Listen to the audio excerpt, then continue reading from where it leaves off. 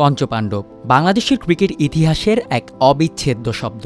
মাশরাফি, সাকিব, তামিম, মুশফিক ও মাহমুদুল্লাহদের ভালোবেসে সবাইকে একসঙ্গে এই পঞ্চপাণ্ডব নামে ডেকে থাকেন ভক্তরা। দেশকে তারা এখন পর্যন্ত কোনো মেজর ট্রফি না জেতাতে পারলেও দিয়েছেন অনেক সুখকর স্মৃতি।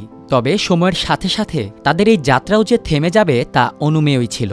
সদ্যই ওয়ানডেকে বিদায় জানান মুশফিক, তাতে কিছুটা আবেগপ্রবণ হয়ে পড়েন বাকি পাণ্ডবরাও। পঞ্চপাণ্ডবদের মধ্যে এই ওয়ানডেকে বিদায় জানানো থেকে বাকি রইল কেবল মাহমুদুল্লাহ রিয়াদ। গুঞ্জন আছে খুব শিগগিরই এই ফরম্যাটকে বিদায় জানাবেন তিনিও। তবে সতীর্থ মুশফিকের বিদায় বেলায় স্মৃতিচারণ করতে ভুলেননি রিয়াদ। ফেসবুকে লেখা স্ট্যাটাসে প্রথমেই মুশফিককে তার ওয়ানডে ক্যারিয়ারের জন্য অভিনন্দন জানিয়ে স্মৃতিচারণ করেন দুবাইয়ে শ্রীলঙ্কার বিপক্ষে ভাঙা পাঁজর নিয়ে করা সেঞ্চুরিটি।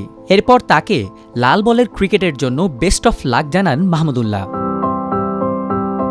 মুশফিকের অবসরে সবচেয়ে বেশি আবেগপ্রবণ হয়ে পড়েন তার বন্ধু তামিম ইকবাল। চলতি বছরের শুরুতেই আন্তর্জাতিক ক্রিকেটকে বিদায় জানান তামিম। এর ৩ মাসের মধ্যেই বন্ধুর এমন আকস্মিক অবসরের সিদ্ধান্ত নিয়ে ফেসবুকে একটি ভিডিও বার্তা দেন তামিম। সেখানে তিনি বলেন, মুশফিক অনেকের কাছেই রোল মডেল হয়ে থাকবেন। একজন সাধারণ ব্যাটসম্যান থেকে বাংলাদেশের অন্যতম সেরা ব্যাটসম্যান হওয়ার কথা বলেন। খেলার প্রতি মুশফিকের ভালোবাসার কথা জানান তিনি, জানান তার কঠোর পরিশ্রমের কথাও। বাদ যায়নি পঞ্চপাণ্ডবের মাশরাফিও। ২০২০-এর পর আর ওয়ানডে না খেলা মাশরাফি ফেসবুকে মুশফিকের সঙ্গে একটি ছবি পোস্ট করে স্মৃতিচারণ করেন। মুশির পরিশ্রম, প্রতিজ্ঞা আর ত্যাগের গল্প বাংলাদেশের ক্রিকেটে প্রজন্মের পর প্রজন্মে অনুকরণীয় হয়ে থাকবে বলেও জানান সাবেক এই অধিনায়ক।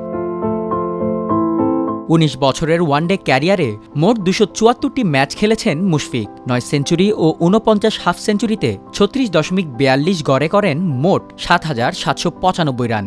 এই ফরম্যাটে তামিমের পর বাংলাদেশের দ্বিতীয় সর্বোচ্চ রানের মালিকও মুশফিকুর রহিম।